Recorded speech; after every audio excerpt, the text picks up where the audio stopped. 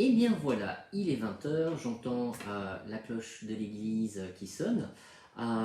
Donc bonsoir, en tout cas pour le moment personne n'est encore arrivé mais c'est pas grave, donc bonsoir, vous êtes sur la chaîne de Khalid John Massé. Donc je suis maître praticien PNL, naturopathe kinésiologue et auteur du livre La vie, une histoire d'amour avec soi.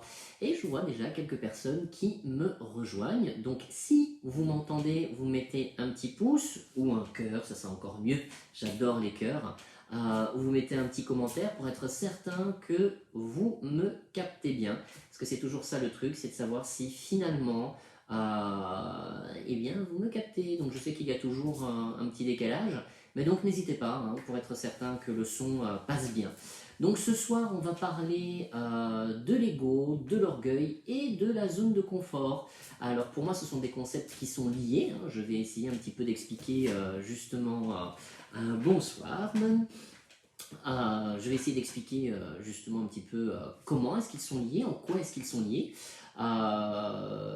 Donc ça fait à peu près 2 semaines maintenant. Donc la semaine passée sur mon compte Instagram, donc j'ai partagé plusieurs choses justement liées à l'idée de l'ego et de l'orgueil. Cette semaine c'était sur la zone de confort et aujourd'hui on va un petit peu résumer ces deux informations là.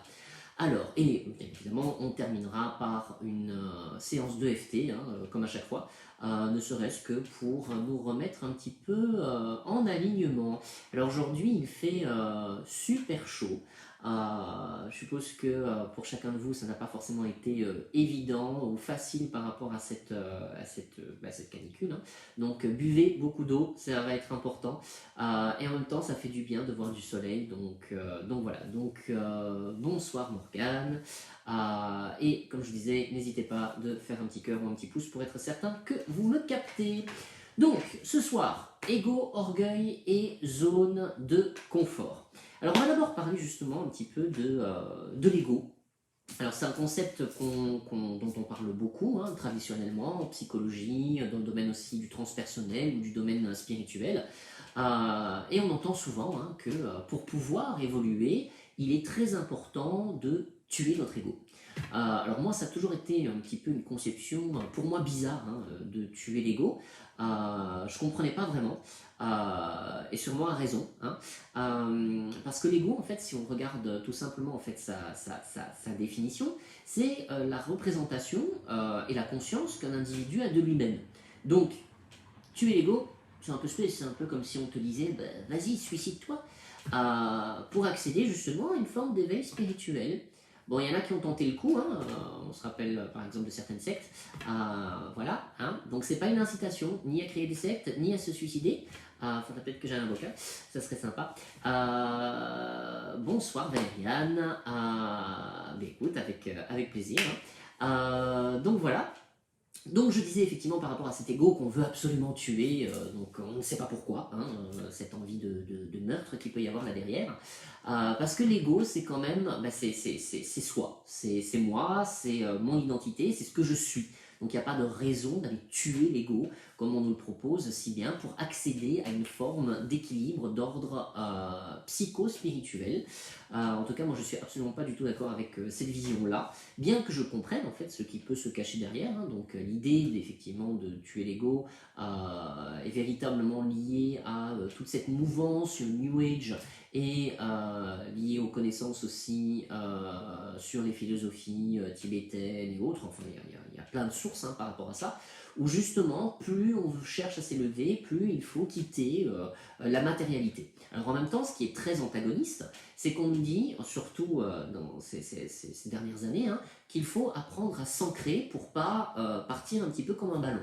Donc d'un côté, on te dit il faut tuer l'ego pour accéder à la spiritualité, et puis de l'autre côté, on te dit surtout ancre-toi. Donc c'est quelque part très contraire comme information. Alors oui, effectivement, je pense que il est important de pouvoir s'ancrer. Et s'ancrer, pour moi, ma véritable définition, alors je vois beaucoup, alors avant de parler de ma définition, je vois beaucoup de personnes qui, pour s'ancrer, vont chercher des techniques du style prendre un arbre dans ses bras, aller marcher pieds nus dans la nature, s'habiller de rouge, etc. Alors c'est vrai que ce sont, on va dire, des outils très intéressants pour développer plus d'ancrage énergétique. Mais pour moi, le véritable ancrage, c'est d'être surtout connecté à la réalité. Ouais, le principe tout simple de réalité. Qu'est-ce que la réalité? À quoi est-ce que je suis confronté? Les faits dans la vie de tous les jours. Ça, c'est le véritable ancrage. Et pas ce qu'on veut en faire au niveau d'une forme de représentation. Et quelque part, si on cherche à faire en sorte que l'ego soit effectivement ancré, la première chose, c'est d'être connecté en fait à la réalité. Maintenant, derrière ça, effectivement, hein, il y a cette envie de pouvoir s'élever spirituellement, et l'un n'empêche pas l'autre. Je peux très bien être très ancré dans la réalité, être conscient de certaines choses, tout en étant très ouvert par rapport à la spiritualité. C'est vraiment aussi la représentation de l'arbre qui a ses racines sur Terre, et puis ses racines qu'il déploie vers les cieux. Derrière ça aussi, il y a cette notion où, quelque part, si on cherche à tuer cet ego, en fait, c'est une partie de l'ego, plus exactement. Ce que moi, en fait, j'appelle l'orgueil. C'est-à-dire que, bien souvent, on vous dira tu es quand même fortement centré sur ton ego, tu es quelqu'un qui ne regarde que ton nombril, tu es très égotique, et quelque part, ça ne se fait pas. Il y a un côté très narcissique par rapport à ça. En même temps, par rapport à cette notion justement d'ego et d'orgueil qui se cache en fait derrière, en fait, c'est les deux faces d'une même pièce. Oh, je suis content, j'ai réussi à le dire sans me tromper. Oui, parce que souvent, en fait, je dis totalement l'inverse, mais c'est pas grave. Donc, les deux faces d'une même pièce, donc l'ego, orgueil. Et cet orgueil, en fait, c'est une forme d'armure que l'on a construit tout autour justement de l'ego et qui s'est constitué, on va dire, des croyances que nous avons, des valeurs et aussi des injonctions parentales qu'on a reçues. Donc j'avais parlé, me semble-t-il, il y a 2 semaines, des injonctions parentales, raison pour laquelle ici je continue sur tout ce qui est en rapport avec l'ego, l'orgueil et la zone de confort. Hein, vous verrez un petit peu le rapport par rapport à ça tout à l'heure. Et donc, cet ego qui s'est construit autour de tout ça va à un certain moment développer de l'orgueil. Cette armure va être nécessaire pour pouvoir avancer. Mais à un certain moment, il va falloir pouvoir se déposséder, on va dire, de cette armure si on veut pouvoir le faire de manière le plus équilibrée qui soit. Il est clair que, alors bonsoir ceux qui arrivent, hein, Marie-Ange, Catherine, etc. Il est clair que l'orgueil existe à partir du moment où nous sommes confrontés à nos propres faiblesses. En tant que personne, dans notre notion du moi et donc de l'ego, nous avons tendance à avoir besoin à un certain moment de nous protéger et donc de mettre cette armure autour de soi. Nous n'aimons pas montrer nos faiblesses, c'est difficile, il y a une forme de vulnérabilité et d'insécurité. Et le problème, c'est que si on montre justement cette vulnérabilité, nous avons la croyance, et en même temps ça peut être une réalité, qu'on va se faire complètement dézinguer. Et c'est vrai qu'il existe parfois des personnes qui ne sont pas forcément toujours bienveillantes et qui vont essayer d'utiliser nos faiblesses pour les retourner contre nous. Donc l'orgueil peut avoir justement de temps en temps, on va dire, sa fonction positive pour nous protéger.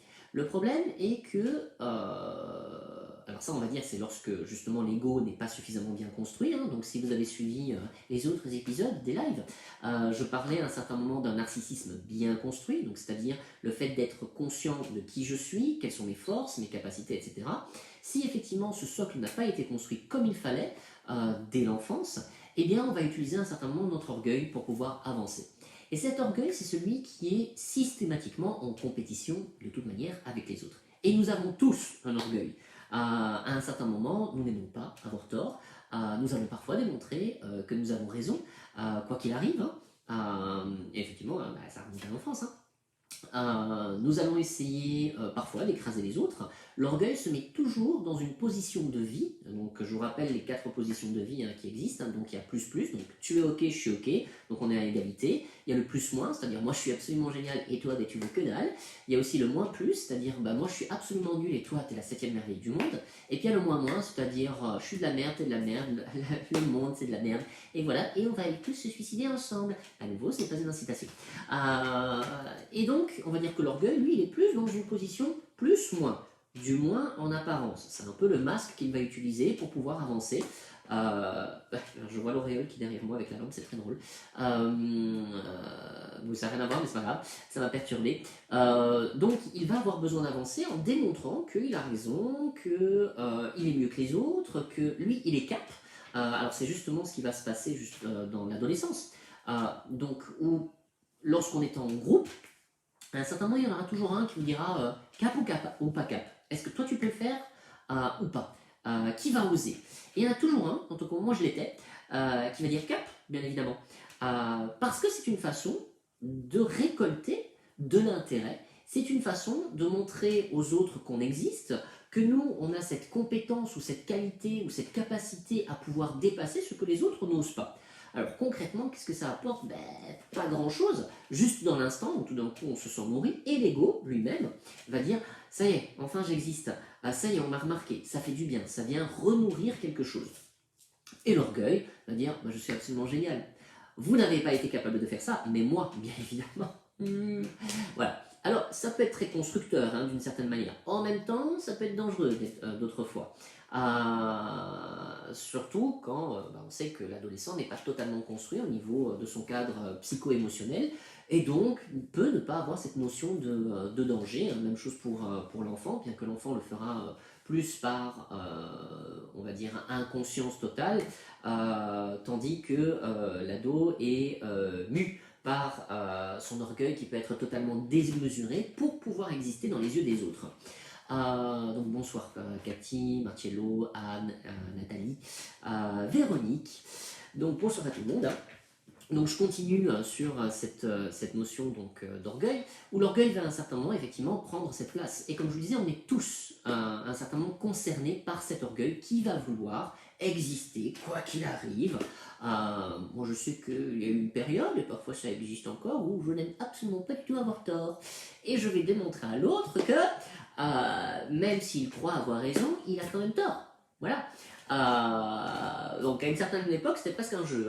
Et c'est là où justement, en parlant de jeu, on va glisser sur ce qu'on appelle le jeu psychologique, où on va rentrer dans le rapport de force pour essayer de montrer à l'autre que quoi qu'il arrive, tu as tort, j'ai raison. Bon, c'est un fait, mais ça peut déraper aussi, et ça peut nous conduire vers des situations qui peuvent devenir terriblement dramatiques, que ce soit dans une relation familiale, amicale, dans le travail aussi. Ce qui peut nous arriver, c'est refuser d'accepter que nous puissions avoir tort, ou vouloir démontrer, rentrer en compétition avec les autres pour montrer que nous sommes absolument les meilleurs.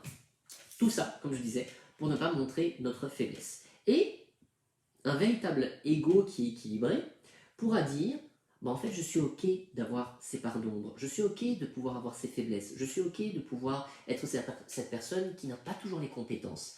Et un ego qui se construit petit à petit va pouvoir dire à un certain moment, je rentre plus là-dedans, c'est plus nécessaire en fait, j'ai plus rien à démontrer. Alors il faut faire attention aussi que ça ne devienne pas une technique inverse pour écraser totalement notre personnalité et finir rentrer par, plutôt éteindre comme une bougie notre ego, ce que nous sommes, parce que tout d'un coup, il n'y a plus aucun challenge. L'ego va faire les choses par challenge personnel, c'est-à-dire se dépasser, mais non pas pour montrer aux autres ce qu'il est capable de faire, mais essentiellement pour lui-même. Ça va être le fait par exemple de reprendre des études, de passer un permis de conduire, d'oser déménager, de quitter une relation, mais il ne le fera pas justement pour ce regard lié à l'autre, mais toujours pour lui. Ce qui nous amène aujourd'hui à justement cette fameuse zone de confort. Et je ferai d'ailleurs les liens par rapport à l'ego, à l'orgueil et la zone de confort. Donc, zone de confort, on entend beaucoup parler. Alors, il y a quelques jours, je crois, Elios Kutsu avait justement fait un live sur la zone de confort que lui appelle zone d'habitude. Alors, je suis entièrement d'accord avec cette définition-là. On pourrait l'appeler zone de routine, voilà, c'est le métro, boulot, dodo, parce que finalement, cette zone de confort n'est pas forcément toujours confortable. Mais, en tout cas, ce sont toutes les habitudes que nous allons avoir dans la vie. Des habitudes avec lesquelles nous sommes totalement OK, et puis d'autres avec lesquelles c'est peut-être pas forcément tout à fait OK. Ces habitudes, ça peut être notre travail, ça peut être notre lieu d'habitation, ça peut être les relations que nous avons, ça peut être les comportements, qu'ils soient alimentaires, que ce soit dans la façon de nous traiter au niveau psycho-émotionnel, etc. Donc tout ça bien c'est notre zone de confort. C'est ce que nous avons construit autour de nous, hein, nos habitudes de tous les jours, donc effectivement notre routine, quoi. C'est aussi là-dedans que va se jouer, on va dire, l'ensemble de nos compétences, parce que dans notre zone de confort et d'habitude, nous avons des compétences particulières pour faire certaines choses et surtout aussi pour ne pas les faire. Et on nous parle beaucoup en ce moment enfin en ce moment, ça fait quand même quelques années qu'on en parle, de sortir de notre zone de confort. Alors, je dis oui, et en même temps, je dis attention. Sortir de notre zone de confort, ça peut être effectivement tout à fait gratifiant. Il y a des personnes qui ont cette capacité, hein, réellement, qui ont construit, on va dire, un modèle inconscient qui leur permettent à un certain moment de se dépasser. Et parfois, se dépasser, c'est pas forcément toujours évident. Il y a des personnes qui vont être tout le temps en résistance par rapport à l'idée de se dépasser, à l'idée de sortir de cette zone de confort et de se mettre en danger. Et il y a encore une troisième catégorie de personnes qui, elle, va systématiquement se mettre en danger parce que justement, il y a un déni de la réalité. Et on n'est pas câblé par rapport à cette réalité-là. Donc, comme je le disais tout à l'heure, hein, le fait d'être ancré, c'est être conscient de la réalité et ne pas d'être dans cette déni, ne pas réinventer la réalité comme bon nous semble. Et donc, il peut y avoir un ensemble de croyances que nous nous sommes construits autour de notre zone de confort et donc aussi par rapport à notre ego. Lorsqu'on décide en fait de sortir de la zone de confort, alors on le fait régulièrement, hein, tous les jours on sort de notre zone de confort, hein, que cela soit, et surtout en ce moment, ne serait-ce que sortir de chez soi, pour certains, c'est sortir de leur zone de confort, aller faire ses courses, devoir mettre un masque ou pas, être confronté à certaines croyances, la croyance des autres, le regard des autres, etc. C'est sortir de sa zone de confort, de sa zone d'habitude. Et en ce moment, c'est vrai que nos zones d'habitude, elles sont plus tout à fait les mêmes, hein, les paramètres changent, les paradigmes même changent. Ça veut dire que ça touche quand même quelque chose de l'ordre du conscient et de l'inconscient collectif. Donc ça vient quand même nous chercher de manière assez puissante. Et on va dire que si en plus de ça, on est confronté à des choix de vie dans la vie de tous les jours, ça va compliquer la chose. Lorsqu'on veut sortir de cette zone de confort, c'est essentiellement parce qu'on sent qu'il y a quelque chose qui ne va pas. On sait que ça ronronne, mais malgré le fait que ça ronronne, il y a un truc qui est inconfortable. Soit dans ce que nous vivons émotionnellement, dans ce que nous vivons psychologiquement, ou bien dans ce que nous vivons en fait dans le corps. Souvent, c'est le premier signal, hein, c'est qu'il y a un truc qui ne va pas dans le corps. Et ensuite, on va le décoder, ou on va commencer à avoir un cheminement mental. Donc, soit on le décode par l'émotionnel, soit le cheminement mental. Et il y a d'abord effectivement donc cet inconfort, et donc quelque part, hein, c'est vraiment pas ça, hein, ça devient en fait une zone d'inconfort et non plus une zone de confort, où on va se dire, il y a un truc qui devient étriqué, dans lequel je me sens pas forcément super bien et que j'ai besoin ou que j'ai envie de changer. Première chose qu'on pourrait faire en fait enfin plutôt un lien ou une métaphore qui fait qu'on va sortir de la zone d'inconfort, c'est lorsqu'on voyage. Hein. On part en vacances, on sort de notre zone de confort. J'ai dit inconfort, c'est intéressant. On sort de notre zone de confort et on va découvrir en fait un nouveau lieu. C'est la même chose que lorsqu'on déménage, hein. On sort de notre zone d'inconfort, hein. On va découvrir un nouveau quartier, etc. Et il va y avoir en fait tout un ensemble d'apprentissages. Je vais faire mes courses à un certain endroit, hein. Même chose quand je vais en vacances. Je vais essayer de repérer les restaurants dans lesquels je vais aller. Je vais essayer de voir un petit peu qu'est-ce qu'il y a à faire autour de moi. Mais c'est quelque chose qui, même si effectivement je connais pas, je suis assez ouvert à découvrir ces nouvelles choses-là. Parce qu'il y a quand même un désir de s'ouvrir à quelque chose de nouveau, de voir, de prendre du bon temps, de pouvoir se relaxer, d'aller à la découverte d'une nouvelle culture, d'un nouveau quartier, etc. Donc, il va y avoir une forme d'apprentissage. Et donc, c'est ce qu'on peut appeler, justement, juste après la zone de confort, c'est la zone d'apprentissage. C'est une zone où on va en fait assez régulièrement, hein, parce qu'on apprend de nouvelles choses tous les jours. En tout cas, beaucoup de gens apprennent de nouvelles choses tous les jours. C'est pas comme ça pour tout le monde, mais en tout cas en majorité. Il y a des choses en fait nouvelles, des comportements en fait nouveaux pour chacun de nous. Et donc dans cette zone d'apprentissage, c'est quelque part un élargissement de la zone de confort, mais sur lequel on est OK. Voilà, on est OK de découvrir. Et puis à un certain moment, on peut être confronté à aller parfois dans des lieux qui sont peut-être géographiquement plus dangereux, ou de faire peut-être des voyages qui comportent un certain danger, hein, ne serait-ce que peut-être parce qu'on doit prendre comment on appelle ça, un bimoteur pour aller sur la hauteur de certaines montagnes, un hélicoptère, devoir effectivement s'aventurer sur une île qu'on ne connaît pas, etc.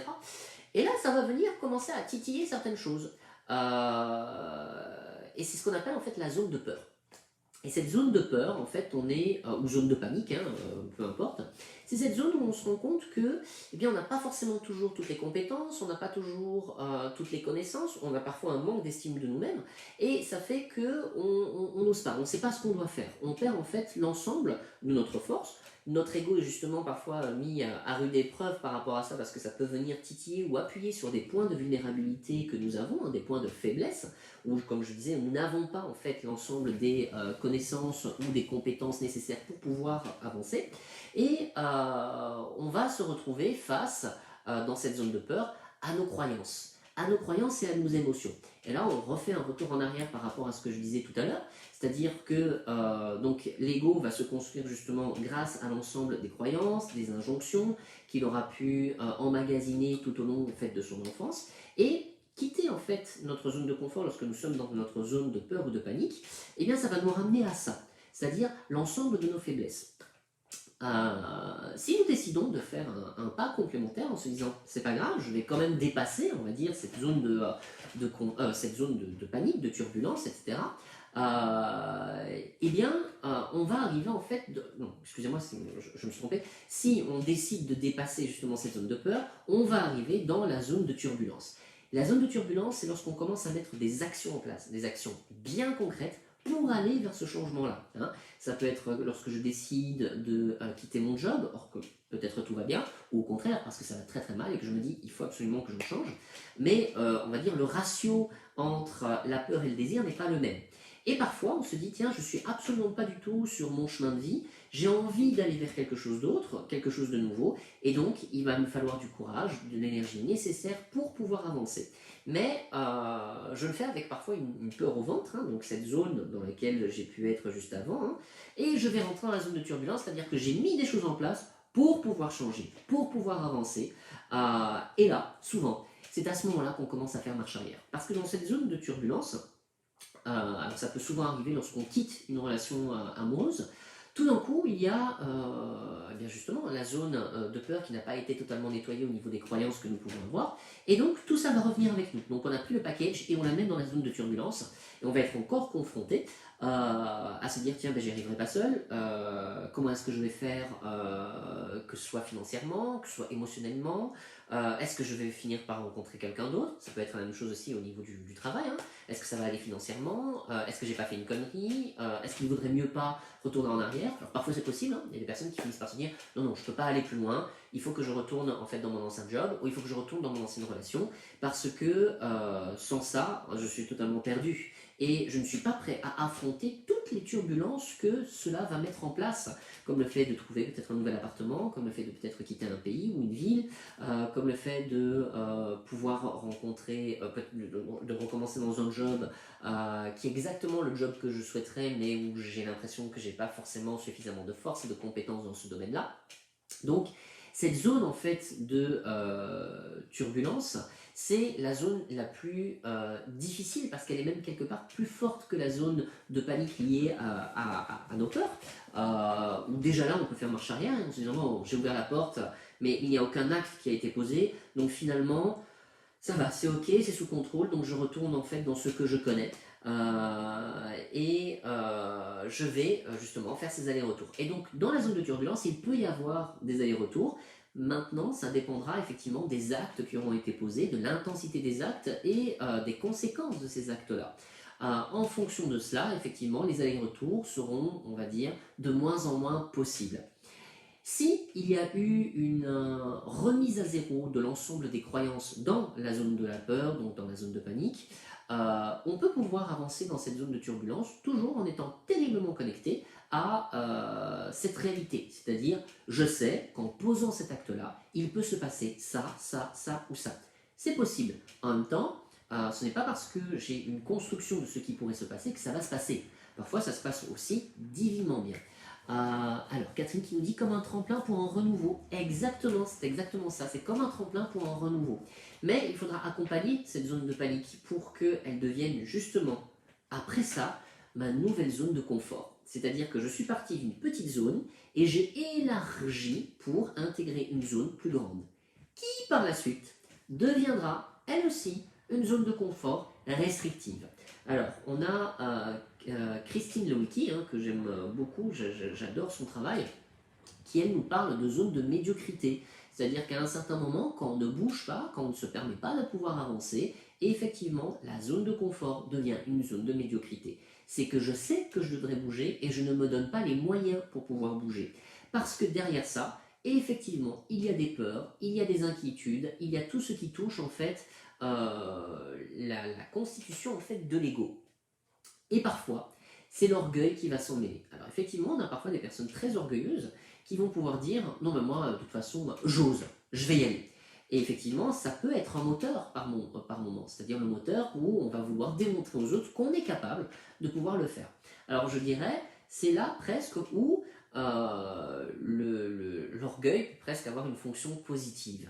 Et je dirais que s'il est plutôt allié à un ego qui s'est bien ancré, on sait que derrière ça, on va peut-être utiliser une facette de l'orgueil qui a besoin peut-être de se gorger d'une ressource de capacité, de force qu'on avait construit quand on était plus jeune, pour oser dépasser certaines choses et se permettre de vivre dans une zone de confort beaucoup plus agréable.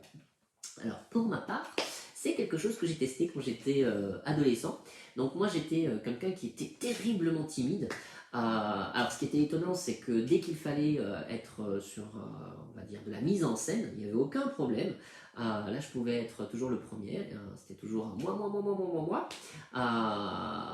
Mais dans la vie de tous les jours, j'étais quelqu'un qui n'osait pas, j'étais quelqu'un qui n'arrivait pas toujours à dire les choses, sauf si j'étais missionné. Alors là, ça fonctionnait parce que tout d'un coup, en fait, le regard que les autres portaient sur moi, sur une compétence liée à ma capacité à pouvoir communiquer ou à oser dire les choses ou pour pouvoir défendre, on va dire, la veuve et l'orphelin, même s'il n'y avait ni veuve ni orphelin, eh bien, tout d'un coup, mon orgueil en prenait un coup. Et je trouvais ça absolument génial de pouvoir exister grâce à ça. Pourtant, quand on retirait ça, en fait, j'étais comme ça, derrière. Au niveau de l'ego, en fait, je pensais ne pas du tout être capable. Donc, il y avait vraiment une personne, enfin, ma personnalité de base, c'était celui qui se disait, en fait, les autres sont géniaux, mais moi, je peux pas.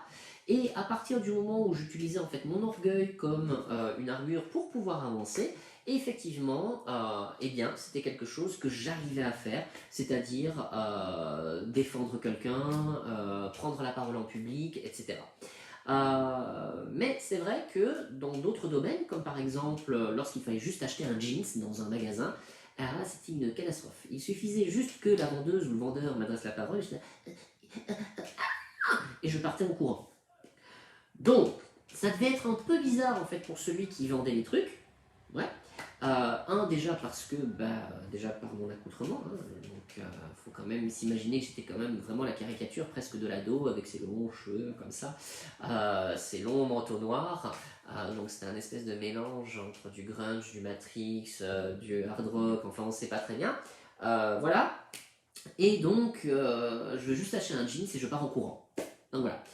Et à un certain moment, ça devenait quand même handicapant parce que quand on a 18 ans et qu'on n'arrive pas à rentrer dans un magasin sans avoir la trouille qu'on nous parle, et que vous êtes là comme ça en train de regarder toutes les étagères en vous disant j'espère qu'elle ne va pas venir me parler, ça le démone, c'est très bizarre en fait, c'est vraiment très bizarre.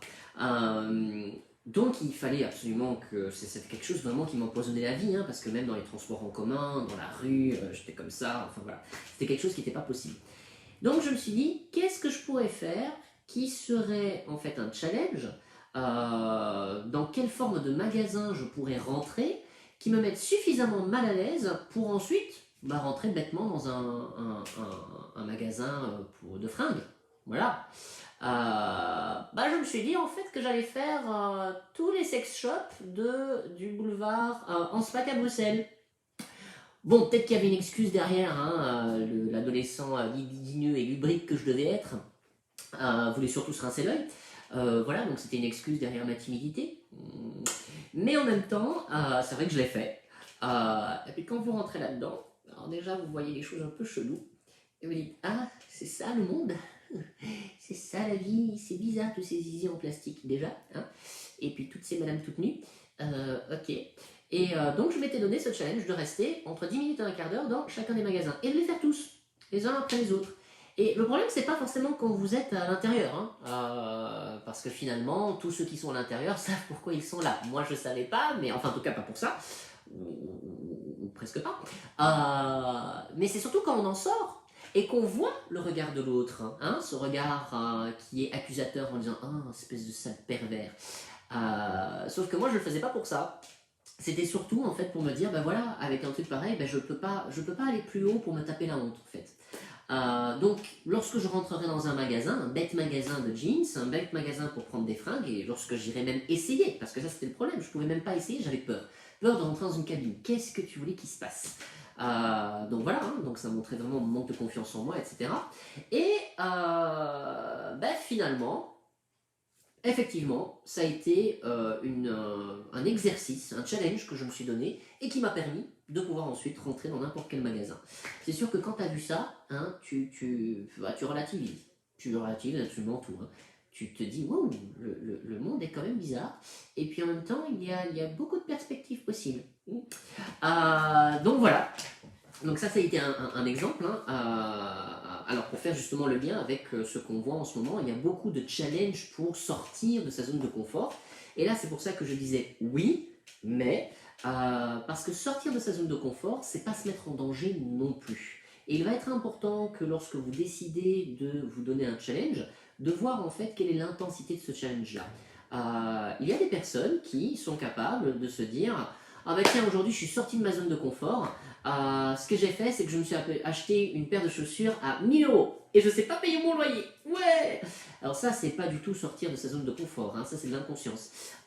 Donc l'idée de sortir de sa zone de confort, c'est avoir au départ des petits challenges qui nous mettent justement, on va dire consciemment dans notre zone de peur ou de panique, où on va pouvoir dire ok, je suis pas tout à fait à l'aise avec ça, parce que ça fait peut-être remonter des croyances, mes croyances sur l'argent, mes croyances sur le lien à l'autre, sur le regard de l'autre, et surtout les peurs qui sont derrière, c'est-à-dire les 3 peurs fondamentales, en tout cas pour moi qui sont fondamentales, et derrière lesquelles se cachent toutes les autres peurs, c'est la peur du manque, la peur de perdre, et la peur du regard de l'autre. Souvent, il peut y avoir justement la peur de manquer et de perdre certaines choses.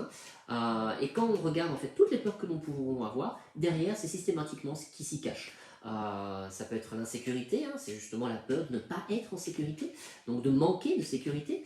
Ça peut être la peur de perdre, c'est-à-dire je dépense de l'argent et donc je n'en ai plus. Qu'est-ce qui va se passer? Alors bien souvent, ce sont des peurs qui peuvent être totalement, on va dire, fictives, qui sont en fait une construction mentale, et la seule qui pourrait paraître comme une peur réelle, c'est la peur de la mort, car lorsque nous sommes confrontés comme une situation comme nous sommes en ce moment, eh bien oui, il peut y avoir une peur réelle de mourir derrière ça. Tout comme on l'a vu, hein, donc ça c'est une petite parenthèse que je fais, nous avons vu que beaucoup étaient nourris par leur orgueil dans la situation actuelle, entre les pro-masques, les anti-masques, etc. Comme si en fait il n'y avait qu'une seule réponse possible, et chacun y va de sa connaissance, hein, en disant bah, moi je pense que c'est comme ci, moi je pense que c'est comme ça. Et effectivement, les deux camps peuvent avoir raison dans ce qu'ils sont en train de défendre, et peut-être qu'il y a un camp, on va dire, plus équilibré entre les deux, qui serait simplement le camp de l'humilité, celui où on peut dire bah, je suis pas sûr de tout, je n'ai pas toutes les informations, toutes les connaissances, même s'il peut y avoir des choses incohérentes, même si bah, ça peut me parler d'un côté comme ça peut me parler de l'autre, et en même temps je sais pas. Et quand je sais pas, bah, je peux juste me taire et accepter que justement mon ego puisse ne pas savoir. Et plutôt que d'avancer avec cet orgueil qui va systématiquement essayer de dire je sais, je sais, je sais, je sais. Et donc d'écraser les autres de ce fait-là et de rentrer dans le rapport de force. Donc comme je disais, l'idée de sortir de sa zone de confort, c'est de ne pas se mettre systématiquement en danger. c'est prendre conscience que je vais tester des choses parce qu'il y aura un degré. Par exemple, si justement j'ai du mal à rentrer dans les magasins et puis essayer parce que je me sens pas forcément bien dans mon corps, etc. Il y a plusieurs déjà choses que ça va venir bouger. Ne serait-ce que peut-être sortir de ma zone de confort au niveau de mon plan nutritionnel, sortir de ma zone de confort et me permettre d'aller dans un magasin pour porter un vêtement que j'aime bien. Ça peut être déjà des petits challenges. Et puis on peut aller de manière plus graduelle et systématiquement essayer de comprendre qu'est-ce qui se joue au niveau de la croyance qui va être là derrière. Parce que la croyance va avoir, on va dire, un effet porteur par rapport à ce qui va nous empêcher de sortir de cette zone de confort. Donc ça va quand même être assez important d'aller gratter ce qu'il y a là. Et ça m'amène justement à parler de ce que moi j'appelle, alors ça comme je vous disais on n'en parle pas dans les livres, la zone interdite. Donc ça j'en ai parlé la fois dernière, en faisant le lien me semble-t-il avec les injonctions parentales qu'on a reçues.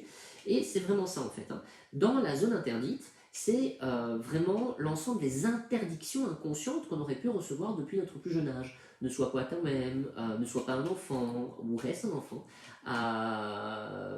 n'existe pas, etc. Ne t'exprime pas, donc il y en a 13 en tout, donc je vous invite à revoir le live de la fois dernière qui se trouve sur YouTube. Hein. Et donc, dans ces zones interdites, il va y avoir vraiment tout ce qu'on a construit qui nous est interdit à faire. Alors parfois ça peut même être de l'ordre du fantasme, hein. Ce sont les choses qu'on aimerait bien faire et puis on se dit bah non je peux pas, j'ai pas le droit. Mais finalement quand on creuse pourquoi est-ce qu'on n'aurait pas le droit fondamentalement? Qu'est-ce qui fait que, encore une fois, il peut y avoir des peurs, il peut y avoir quelque chose qui n'a pas été suffisamment construit, il peut y avoir justement des autorisations, des permissions qui n'ont pas été données par l'adulte à l'enfant que nous avons été.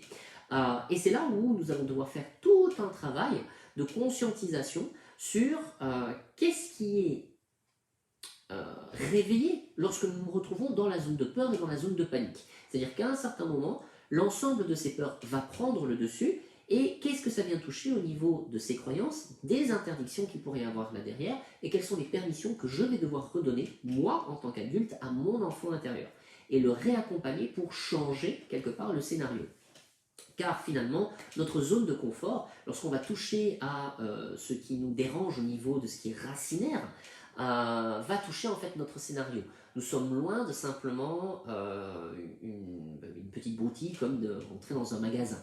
Mais ça va être intéressant de muscler nos capacités, de muscler en fait notre ego pour qu'à un certain moment il puisse dire ok je suis capable de commencer à faire des petites choses. Et donc, si je suis capable de faire ces petites choses-là, je peux commencer à entreprendre des choses qui sont beaucoup plus importantes. Finalement, nous n'avons jamais fini de nous parentaliser jusqu'à la fin de nos jours. En tout cas, c'est une croyance que j'ai. Peut-être que c'est une croyance très limitante, parce que ça veut dire que finalement, est-ce qu'à un certain moment, on finit par trouver un équilibre où... Et voilà, poil de moustache. On finit par trouver un équilibre en tant qu'adulte. Alors je pense que oui, aussi, j'ai aussi cette croyance que je pense qu'on peut trouver un équilibre, mais je pense que le travail n'est jamais terminé. Et c'est peut-être une croyance que je dois aller visiter, c'est tout à fait possible. Toujours est-il que, donc, dans cette zone de panique, aller gratter au niveau de vos croyances va être vraiment fondamental. Parce que vous allez parfois toucher des choses qui sont assez complexes dans leur construction et dans le regard que vous avez par rapport à vous-même et dans les permissions qui n'ont pas été données. Parce que c'est à ce moment-là où vous allez commencer à vous donner des permissions dans cette zone en fait de turbulence. Si vous avez été visité, on va dire, la zone interdite, la zone noire, on va dire, la zone de l'ombre, parce que bien évidemment, dans cette zone interdite, il y a aussi toutes nos ombres qui peuvent s'y cacher, c'est-à-dire la partie de nous que nous n'aimons pas forcément toujours montrer et qui peut revêtir en fait une forme d'orgueil, hein, c'est tout à fait possible. Ça peut être aussi tout ce qui est lié à l'autodestruction, étant donné que parfois on va plutôt décider de se détruire plutôt que d'oser aller vers quelque chose qui nous fait envie, parce que les interdictions sont tellement puissantes là derrière que le seul chemin que nous avons trouvé pour reprendre le contrôle de notre vie, c'est en se détruisant. C'est une forme d'autocontrôle. En même temps, de l'autre côté, bonsoir Céline, et Muriel, hein, que je n'avais pas vu, et Edouard, enfin Cédric, et donc comme je disais, lorsqu'on va vraiment venir toucher en fait à l'ensemble de ces ombres, on va toucher le scénario de vie. Ça va être quelque chose qui va être difficile et parfois sortir de la zone de confort, c'est justement faire tout ce travail.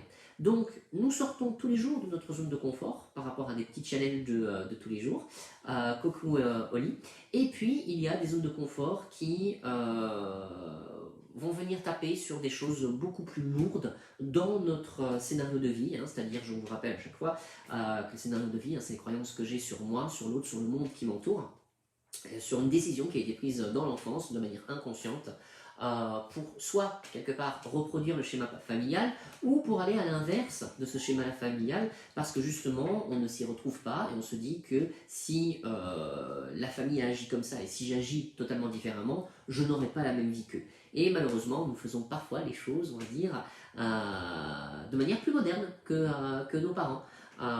Et ça, c'est spécial dédicace à Céline Bouffard, Lopez maintenant, qui me disait ça, c'était une de mes enseignantes.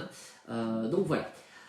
Donc je pense qu'on a fait à peu près le tour de ce qu'était l'ego, l'orgueil et la zone de confort.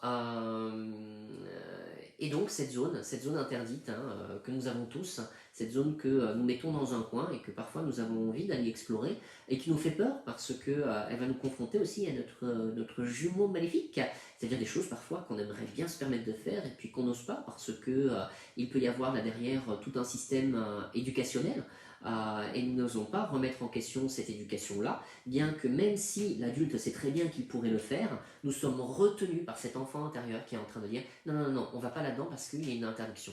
Et c'est pour ça que je disais, le travail va être nécessaire de refaire le lien entre ces deux parties-là pour se permettre de sortir de la zone de confort. Donc la zone de confort, ce n'est pas juste être confronté à comme je disais, des petits challenges de vie de la vie de tous les jours, mais ça peut en faire partie pour muscler, pour s'habituer à faire des choses qui vont être beaucoup plus intenses en ce qui concerne le côté émotionnel.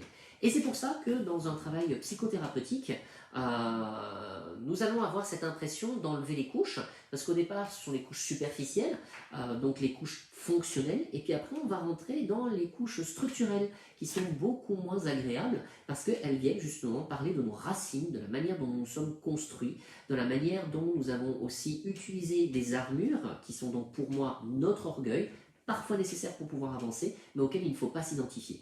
Parce que c'est vraiment le risque, un jour, c'est de pouvoir se dire ce que je montre extérieurement, c'est ce que je suis, et pas forcément. Par contre, en tout cas au niveau de ma façon de pouvoir avancer.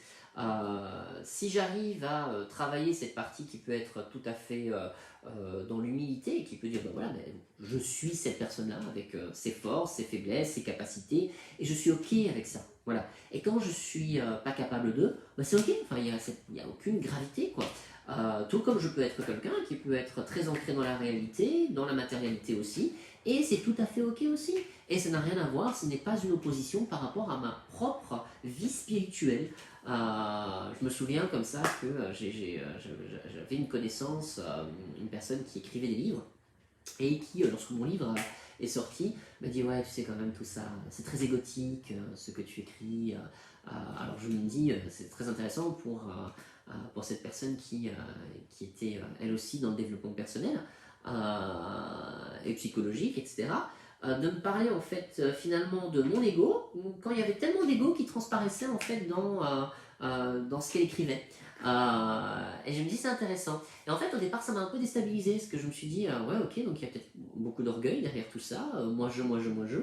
Et en fait je me suis dit en fait c'est ok d'avoir cette partie là, ouais, parce que par moment on a besoin aussi de ça, on a besoin de briller, on a besoin de se mettre en avant, on a envie de ça. Et en même temps je sais que je ne suis pas que ça, mais c'est un espace que je peux me permettre de pouvoir explorer sans avoir cette nécessité d'exister à travers ça. Et c'est là où un ego qui est bien équilibré n'aura pas besoin de verser dans cet orgueil au point de croire qu'il n'est plus que ça. Donc voilà, donc vous n'êtes pas votre armure, mais parfois vous allez l'utiliser. Tout dépendra en fait avec quelle intention, quelle intensité aussi. Et à partir du moment où c'est quelque chose qui est très clair, eh bien c'est ok. Donc voilà. Donc voilà, c'est là-dessus que je clôture ce petit résumé sur l'ego, l'orgueil et la zone de confort.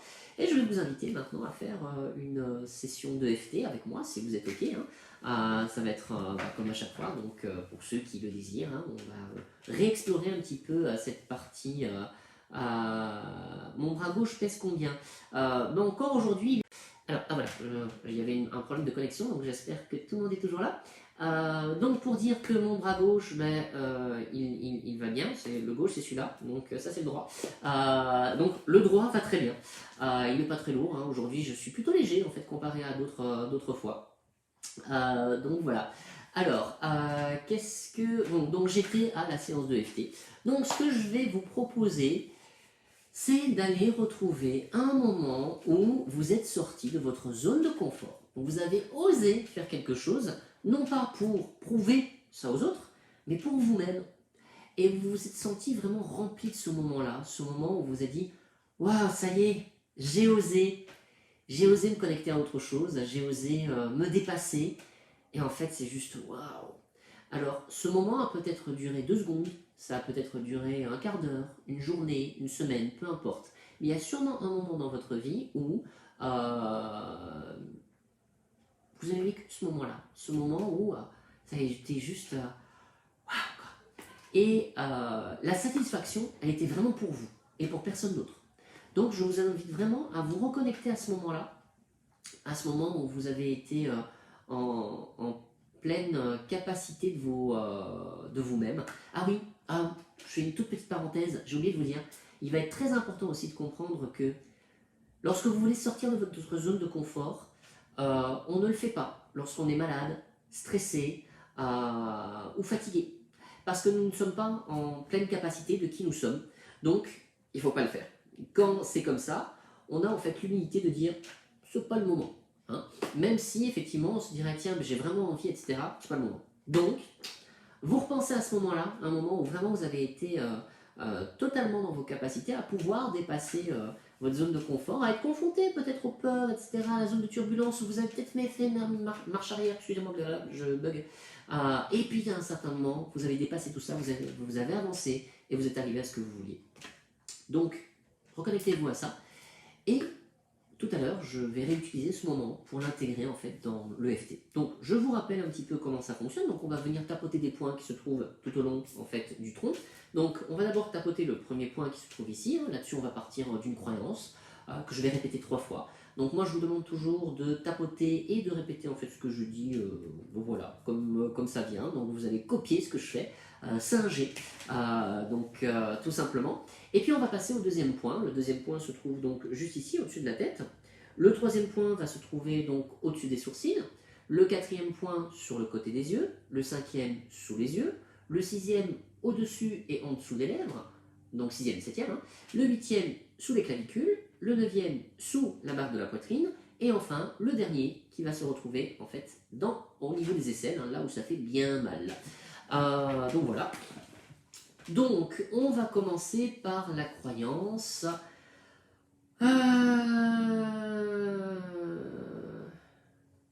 Attendez, parce que je ne l'ai pas du tout préparé, donc on est vraiment dans du freestyle. Tac, tac, tac, tac, tac. Même si je ne me sens pas toujours capable de sortir de ma zone de confort, je m'aime et je m'accueille infiniment. Je pense que c'est pas mal ça comme première phrase. On y va? Ok. Première chose que je vous demande, on prend une grande inspiration par le nez et on souffle délicatement par la bouche.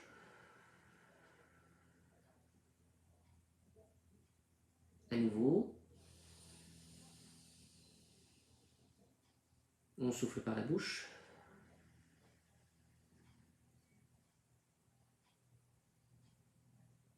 On vide. Et à nouveau une dernière fois.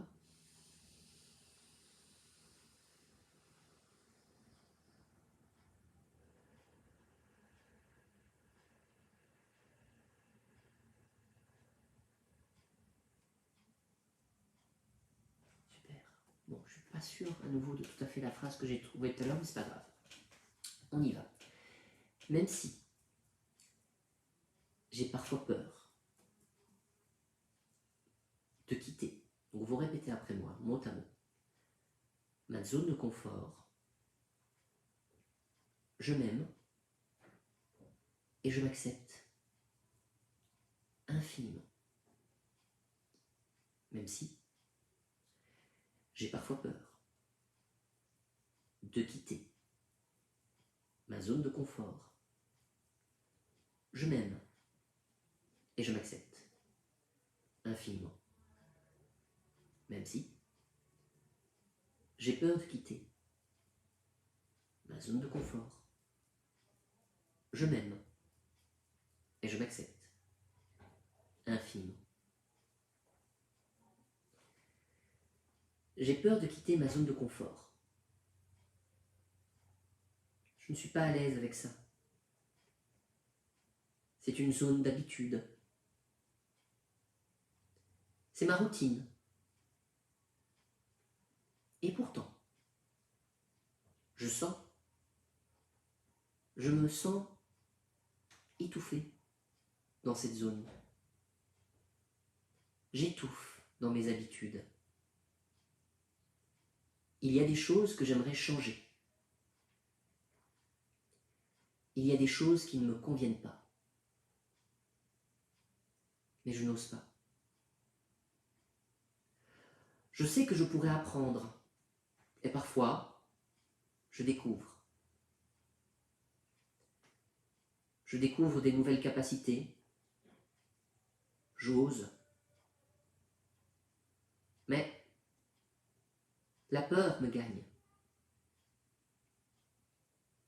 Cette peur qui me connecte à mes croyances. Je commence à paniquer. Je ne sais plus quoi faire. Alors, je repars dans ma zone de confort.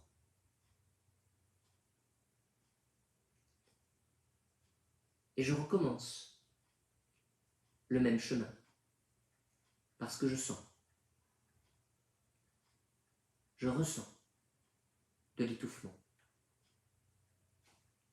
J'aimerais oser. Alors je me confronte à mes peurs, mes croyances limitantes. Et derrière ces croyances se cachent parfois des interdits. Je n'ai pas le droit. Ce sont des injonctions que l'on m'a données depuis tout petit. Alors, j'apprends à les remettre en question. Je commence à accepter de me donner des permissions. Mais accepter de se donner des permissions, de me donner des permissions, c'est se confronter à la zone de turbulence. Je vais commencer à poser des actes concrets pour une nouvelle vie. Parfois, cet ensemble d'actes va engendrer beaucoup de transformations. Et les transformations font peur. Car changer, c'est faire un deuil. Un deuil de qui j'étais. Un deuil de la vie que j'avais. Et il est certain que je n'ai pas envie de mourir. Je veux vivre. Mais dans quelle zone? Une zone étriquée? Une zone de médiocrité? Ou au contraire, une zone plus vaste? Une zone magique? Une nouvelle zone de confort? Dans cette nouvelle zone de confort, avec le temps, je redécouvrirai une zone interdite. Et cette zone deviendra aussi étriquée. Et j'aurai envie de l'élargir. Et plus j'aurai découvert ce qui se passe dans ma zone de peur, liée à mes croyances, liée aux injonctions que j'ai reçues, plus je me dépasserai, plus je me libérerai. Alors, il n'y aura plus de zone de confort ou d'inconfort. Il n'y aura plus de zone d'habitude, car je serai capable de m'adapter, de changer, d'accéder à l'impermanence des choses. Je serai un être en reliance avec ma partie spirituelle. Je serai un être conscient du concret de la vie, du principe de réalité. J'accepterai ma finitude et mon infinitude. Tout ce que je suis dans le physique, tout ce que je suis dans l'éthérique. Mon ego sera construit de manière saine. Et de temps en temps, je ferai des incursions dans mon ancienne armure en l'utilisant comme une ressource. Non pas pour écraser les autres, mais pour pouvoir avancer. Je prendrai juste la force nécessaire pour pouvoir avancer. Car il m'est déjà arrivé de dépasser ma zone de confort, de me challenger. Je vous invite maintenant à vous rebrancher sur ce moment que vous avez vécu, où vous êtes sorti de votre zone de confort. Un moment où vous vous êtes senti rempli, heureux, d'avoir dépassé cette zone, de vous être confronté au principe de réalité et à vos croyances. Vos croyances ne sont pas la réalité.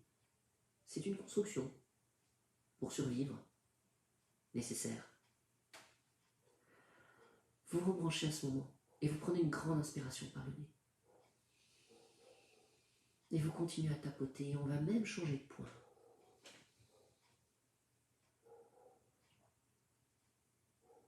On reprend une inspiration. Et on souffle.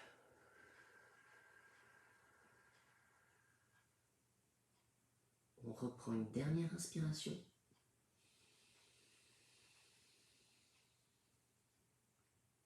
Et on reste connecté à cette ressource. Vous pouvez même lui donner un nom si vous voulez. La symboliser par une image. Peu importe.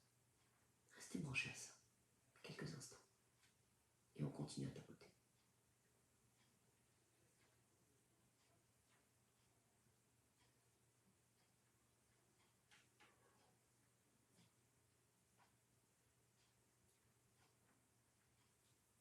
J'ai été capable, on reprend, j'ai été capable de dépasser ma zone de confort. Cela a créé de la force en moi. Je me suis musclé. J'ai osé. Parce que dépasser cette zone de routine, d'habitude, c'est oser. Oser être un peu plus soi chaque jour. Et pour tout cela, même si ce n'est pas toujours évident, je m'aime. et je m'accepte infiniment. Je m'aime et je m'accepte infiniment. Je m'aime et je m'accepte infiniment.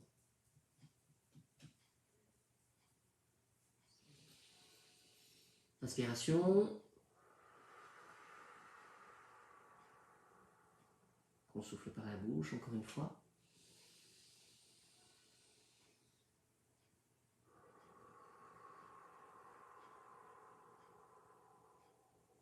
Une dernière fois.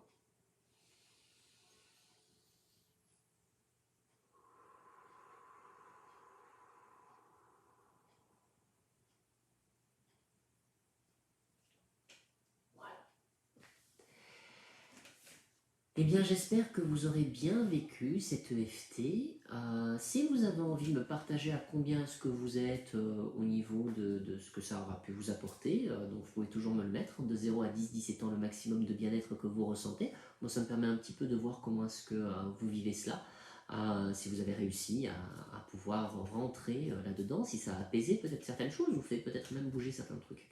Vous verrez que dans les prochains jours, il arrive parfois que justement, on commence à regarder les choses différemment, on va plus oser, et comme je dis, toujours sans se mettre en danger, mais ça peut nous apporter justement une force nécessaire pour pouvoir avancer.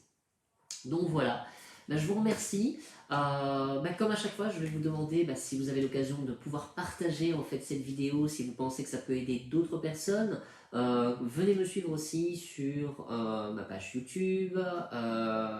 Bon, théoriquement, vous êtes sur la page déjà, donc La vie, une histoire d'amour avec soi. Si vous voulez faire partie du groupe La vie, une histoire d'amour avec soi, n'hésitez pas à vous inscrire. Donc, vous aurez, avec grand plaisir, Catherine, vous aurez en fait d'autres infos et vous serez tenu au courant donc de mes activités. Voilà, je pense que j'ai tout dit. En tout cas, je vous souhaite une merveilleuse soirée, un très bon week-end. Merci en tout cas pour votre fidélité. C'est grâce à vous que j'existe. C'est grâce à vous que, en tout cas, que je peux surtout, que mon travail existe, qu'il peut continuer. Et puis, pour ceux qui ne le savent pas ou qui ont envie de le découvrir, n'oubliez pas qu'il y a toujours le livre La vie, une histoire d'amour avec soi, qui n'attend que vous, si vous ne l'avez pas encore lu, où je reparle de tout ça de manière plus détaillée. Il y a encore d'autres choses aussi qui verront le jour prochainement, sur lesquelles je suis en train de travailler. Donc voilà. Donc je vous embrasse très très fort et surtout, prenez soin de vous. Un très bon week-end. Ciao ciao.